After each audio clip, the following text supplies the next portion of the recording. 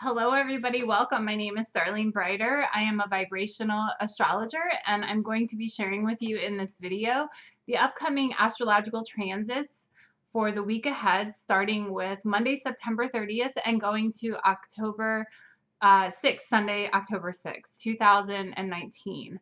I will be sharing with you in this video the vibrational astrology for the upcoming week. In particular, I'm looking at the midpoints.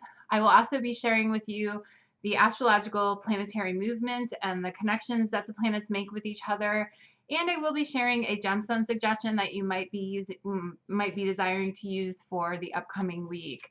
So that's going to be the video in a nutshell. Before I do jump into the video and the astrology of the week, I will like to invite you to look at the video that I posted last week on how to look up your birth chart. If you haven't already looked up your birth chart, if you don't know how to do that, it's a simple video. It's less than 10 minutes long. It's a video about how you can actually go step by step and look up your birth chart and how to look up and see where your planets are in your birth chart.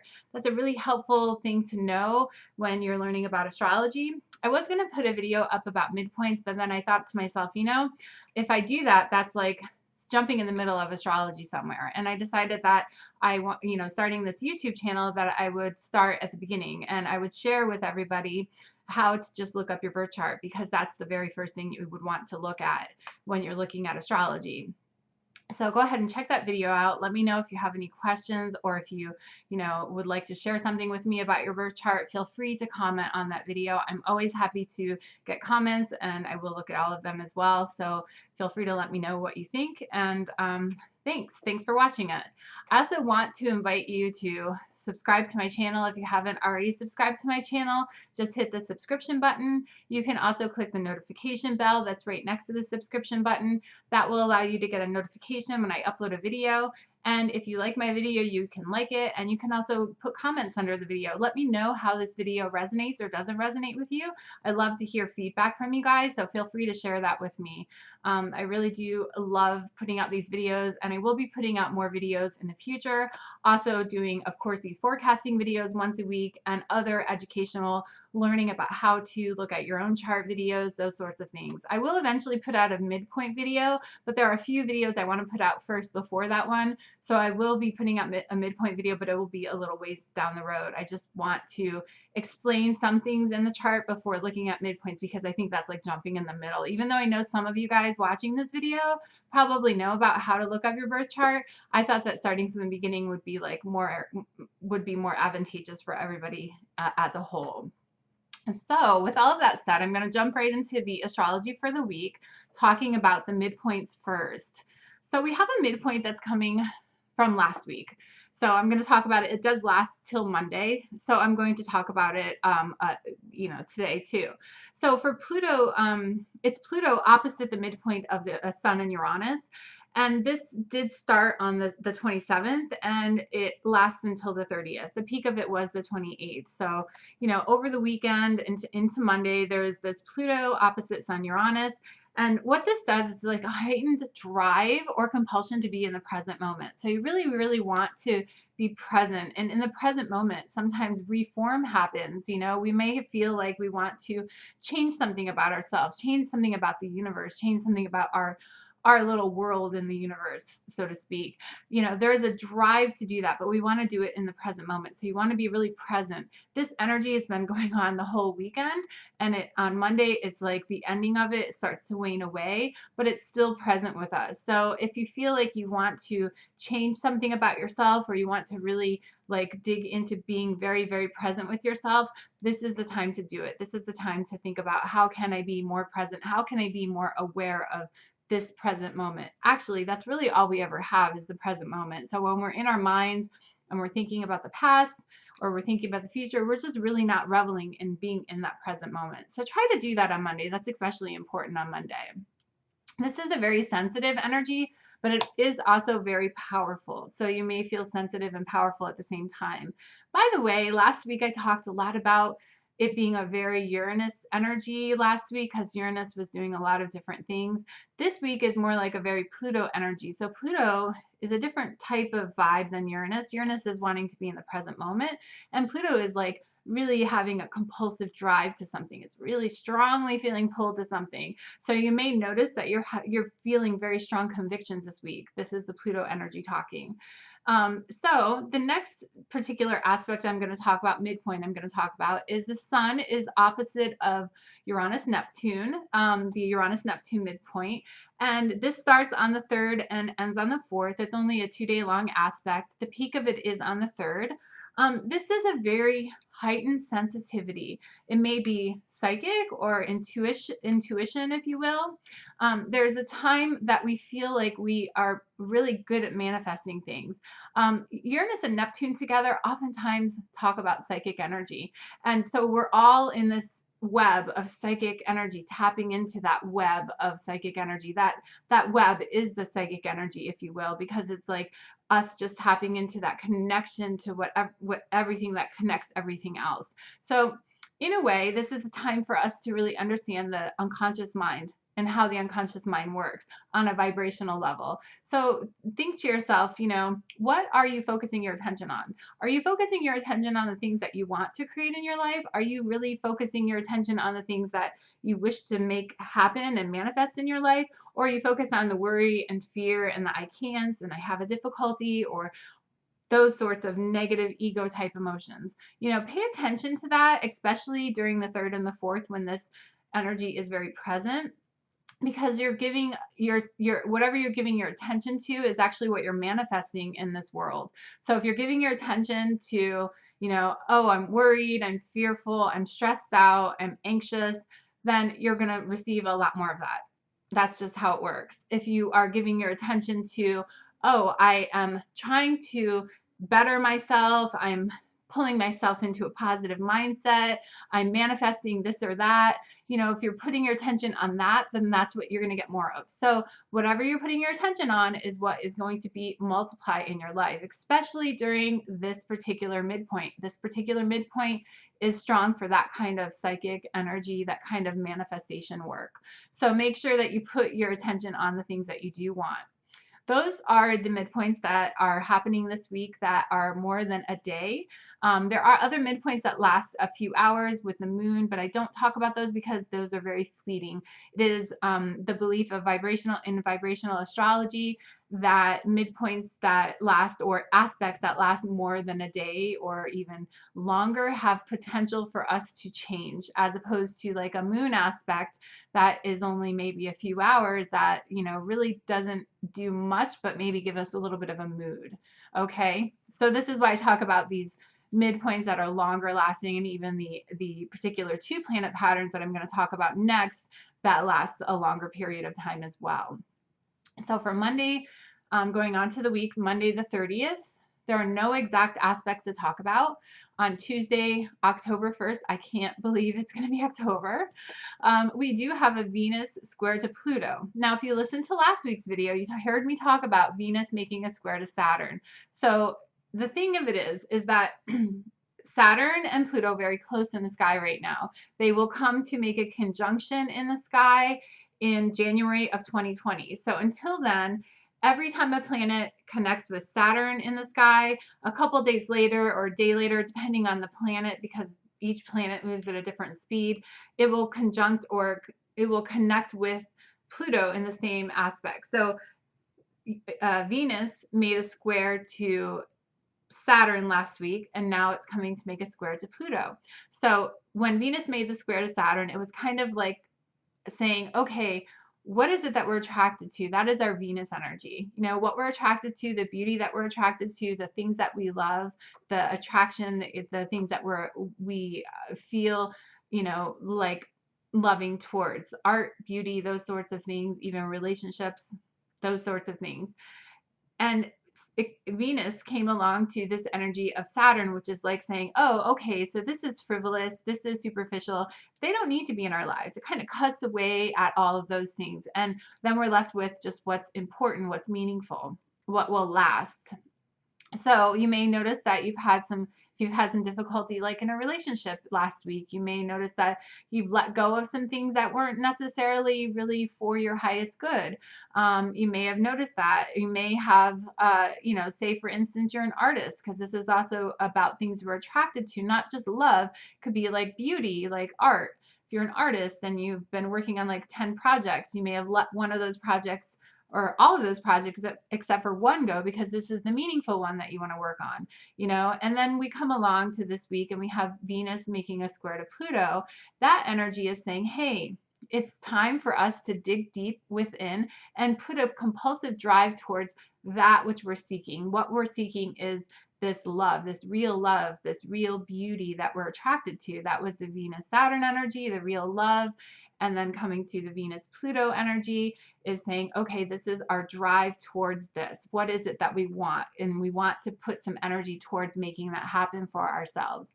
This peaks on Tuesday at 12:14 a.m. It does start Monday. It peaks on Tuesday just after midnight. And of course, this is Eastern USA time. So if you're in another time zone, it will be a different time. You can do the math to figure it out. It does last until Wednesday though, so it's a few day long aspect that goes on with the Venus square Pluto. So think about what happened last week, what you let go of that wasn't meaningful to you, and now think about this week, what you can put your attention on and put your drive towards manifesting in your life, because Pluto is definitely about creating that drive, that inner passion, and really invoking that in your life. That is Tuesday the 1st. So moving on to Wednesday, October 2nd, there are no exact aspects to talk about. Moving on to Thursday, October 3rd, we do have Pluto station direct. This happens at 2:37 a.m. So when Pluto went retrograde in April, it's been retrograde this whole time since April. It is now going what we call station in the sky. Station means that it looks like it's, from our earthly perspective, it looks like it's still. It doesn't actually stay still in the sky. Just from our earthly perspective, it looks still in the sky. I'll explain deeper in another video about retrogrades and exactly how they work, and give a diagram and an example of how they work. But for now, just to understand that it looks like it's still in the sky. It only happens for a moment, and then it starts to move back in the forward moving direction. That is the station direct. When it goes retrograde, it stations and goes retrograde, and then months later, which is now, it's station and then it goes direct again. So Pluto is going station and direct. It does take a bit of time for Pluto to move. Pluto is the slowest moving planet in our solar system. It's the furthest one out there. Mercury being the closest one to the sun, it moves very quickly. So its station periods are very quick. The station itself is only like a moment in time, and then the planet does continue on going in the forward moving motion if it's direct, or in the retrograde moving motion if it's retrograde, but it does take time to actually pick up speed. If it's Pluto, especially because it is farther out there. So this is an intense time period. So when any planet is station retrograde or station direct, it's a very intense time period for that particular planet. And because Pluto moves so slowly, it's going to be felt kind of all this week, even especially in particular on Thursday, it will be the most intense. So Pluto is our drive. Like I said, it's our drive. It's our compulsion, our compulsive need to do something. So if you've been feeling like you need to really express something, or you really need to get something out, that may happen in an eruption on Thursday. Pay attention to that, or around Thursday. Pay attention to that. If there are things festering inside of you, handle them and know that this energy is present for you, and handle them in a way that you want to handle them, as opposed to handling them in a way that's like eruptive, because Pluto can be kind of eruptive and disruptive to us. So try to do it in a healthy way. If you're feeling like you're frustrated, you're anxious, you're, like any kind of nervousness like that, or any kind of like disturbance inside of you, handle it in a way that is positive, as opposed to a way that is destructive, because Pluto does have a way of tearing things down and making things difficult. The function of Pluto is our highest drive. It is our compulsive need, our compulsive drive to something. And that function can be spelled out in many different symptoms. That can be, difficulty, or it can be, eruption. It can be challenges. It can be the symbol, like in a archetypal sense, of the phoenix rising from the ashes, so it can come out in many different ways. The most important thing to remember is that it's intense and it will be influencing all of us. So if you're not particularly feeling like, oh, I'm not feeling super intense during this day, maybe your neighbor is, maybe your lover is, maybe your best friend is, so know that this energy is present for us, especially if you have any planets around 20 degrees in your natal chart. If you have any planets 20 degrees or around 20 degrees of Capricorn, this will particularly be intense for you. If you have 20-degree Cancer planets, this would be intense for you as well, because it would be opposite. In the opposite sign of Capricorn is Cancer. Also, any other 20 degrees in your chart, any other 20-degree planets in your chart, it will be aspecting in some way or another. So that's why it's really good to know your own chart. So like I said, if you haven't looked at your own chart, go back to that video that I did last week and look at your own chart and see if you have any planets at 20 degrees and see, how it's affecting you personally. So that is Pluto stationed direct. And on the same day, on Thursday, the 3rd of October, we do also have Mercury moving into the sign of Scorpio at 4:15 a.m. So Mercury is in Scorpio for a long time. Normally, Mercury stays in a sign for about 3 weeks, but Mercury does go retrograde in Scorpio in November, and it stays in Scorpio until the second week of December, because it goes retrograde and never moves out of Scorpio, and then it goes right back over the same space that it was before going direct, and then it finally moves out of Scorpio in December. So Mercury in the sign of Scorpio. If you have any planets in Scorpio, Mercury will be crossing over those planets probably three times, unless you're at the very end of Scorpio, in which it would be only once at the end of December. But if you have any planets in Scorpio, Mercury retrograde will be affecting you probably more intensely than anyone else. So Mercury in Scorpio, Mercury is our mind, it's our communication, it's our thoughts, it's our way of communication, it's the things that we think about.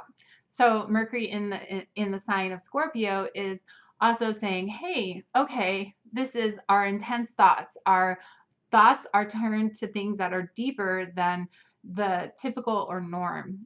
Our minds may be wanting to probe deeper into something.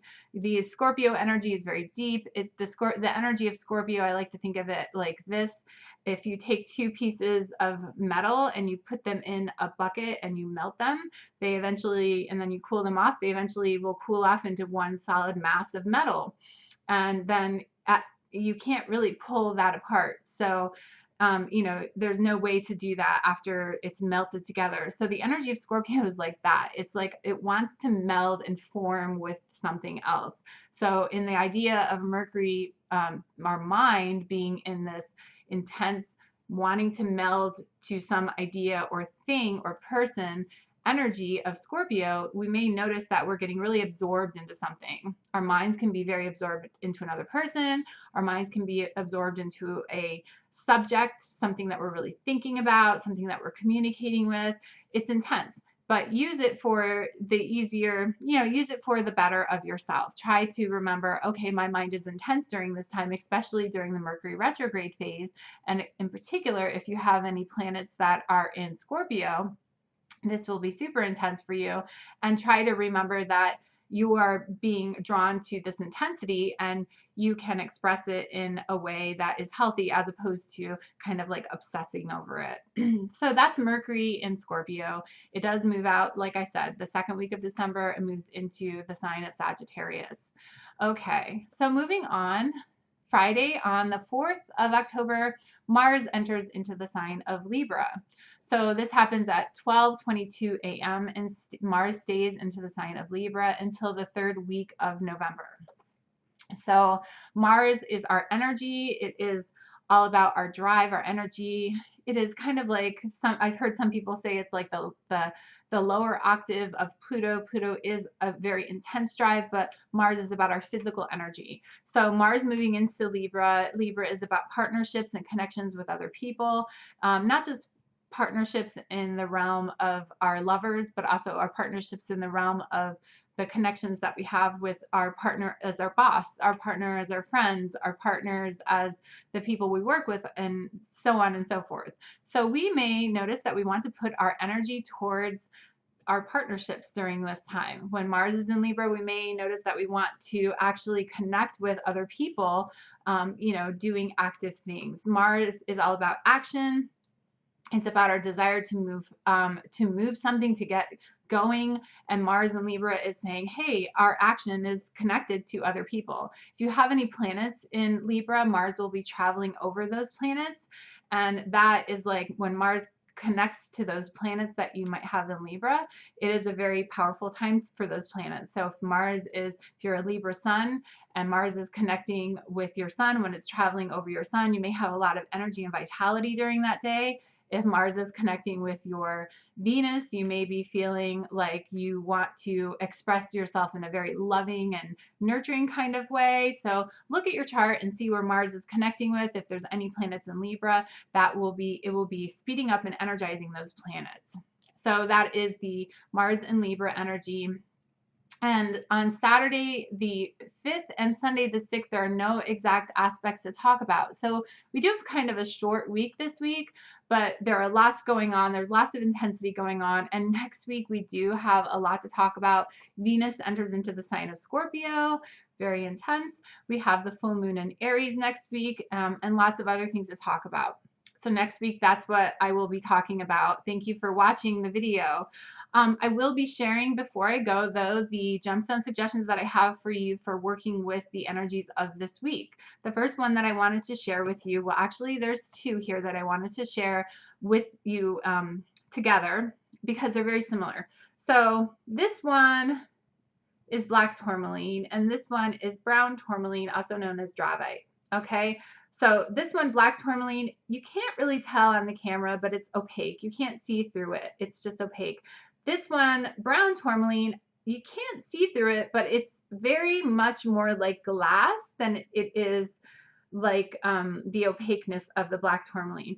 Either of these stones work really well. They're both double terminated. As you can see, there's a termination on that side and then on this side, but you don't need to have stones that are terminated, or you don't need to have big pieces to utilize these energies.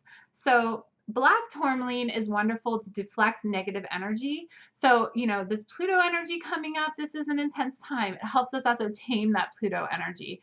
It also helps to purify and cleanse anything in the area. So you might want to keep black tourmaline around you this week. It is a wonderful energy to transform any kind of dense energy that you have. So black tourmaline is a wonderful stone for helping you with those kinds of things. Now, brown tourmaline, also known as dravite, it aids in transmuting old emotional energies into something positive. It helps to improve self-esteem, and it helps to also cut bonds that are not necessarily serving your highest good. So if you have some people in your life or situations in your life that seem to be difficult and that you'd like to let go of, brown tourmaline is a wonderful stone to have with you this week to help you move forward and through that kind of energy. Okay, so those are the tourmalines that I wanted to show you. I also wanted to show you a piece of black onyx. This is a piece of black onyx here. It's a raw chunk. You don't have to, like I said, you don't have to have a big piece or something fancy to work with the gemstone energies. The black onyx is wonderful. It helps prevent draining your energy. It gives you stamina, and it helps to transform negative energy. So these are great stones to work with the Pluto energy that's going on this week. Black onyx is very simple, very easy to find. So is black tourmaline, and dravite, brown tourmaline is not quite as common, but you can find it pretty simply. Look online, or you can even look at your local rock shop. The last crystal that I wanted to share with you is actually a smoky quartz. As you can see, it has like these dark colors here. Some smoky quartz are a lot darker than this one. This is the only one that I had close by to actually grab to share with you guys. This is a smoky quartz, and smoky quartz helps lift depression. It helps lift negativity and creates an emotional calmness around you. So it creates a positive desire for positive thoughts and actions. So if you're feeling negative or difficult, this would be a great stone for you to work with. You can get a smoky quartz that's very small. You don't need a big piece of it to work with its energy, but it will help you to work with your energy and help to lift your mood. So if you're feeling kind of, sluggish or difficult this week or challenged this week, that this would be a great stone for you to work with. So that sums up my week ahead, you guys. Thank you for watching. Again, subscribe to my channel, like my channel, or like my video if you like it, and give me comments below. I want to hear what your feedback is. I appreciate you all for watching my video. I welcome you to let me know what you think, and I will see you next week, everybody, when I talk about the next upcoming transits for the week. Namaste to everyone. Have a great week. Bye-bye.